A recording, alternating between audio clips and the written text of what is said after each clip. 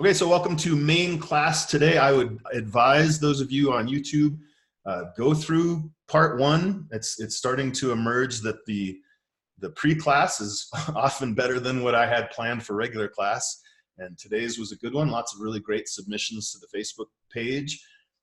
I'm going to move kind of quickly through this because I'm in a bit of a hurry today, but I want to recap a little bit what we're working on, and we're going to keep working on this for this next week as well.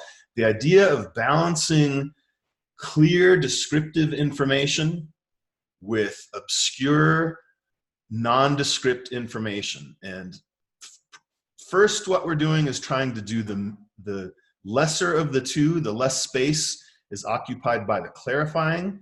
And this Emil Robinson, he is a master. He's actually the artist we're going to talk about in a minute here.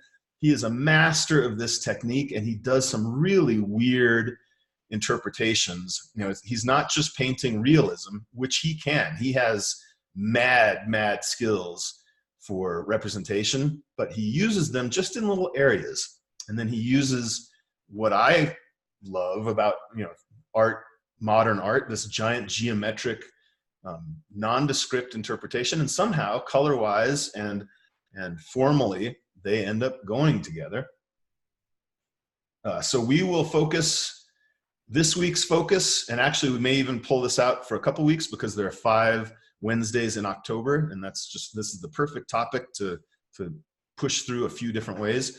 We're going to focus on this idea of most of the area in the painting being non-descriptive, impossible to interpret.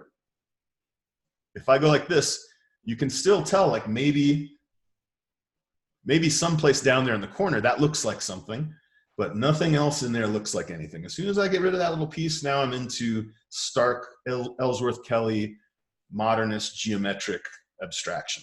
But if I show you just a little bit, oh, now I see there's light and shadow. That could be like a cloth or just something down there with light on it. As I show a little more, at a certain point, that could be, oh, that's torn. It's some kind of ripped up bag or some kind of ripped up piece of paper. Show a little bit more, and the crucial piece of information is about to show up. It's that thing right there on the bottom right, that little address window. Now we know exactly what that piece is, but we don't still really know why this is set up this way or what it is. And this is a very nice 2 + 2 = what? I know what the left side looks like, geometric abstraction. I got that.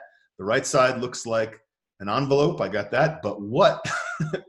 I can't make sense of what this is. And I spoke last week about that's kind of my favorite place to be, is I get the information and I can understand what it is, but I don't need to resolve it. And so Dina says, feels like 2 different paintings. Absolutely. And he does that on purpose. Notice that the left half is literally half a painting, or it's equal in size to the right side, and the right side is the other half. And he uses that rule. He breaks that old rule, and there are other artists who do it brilliantly as well.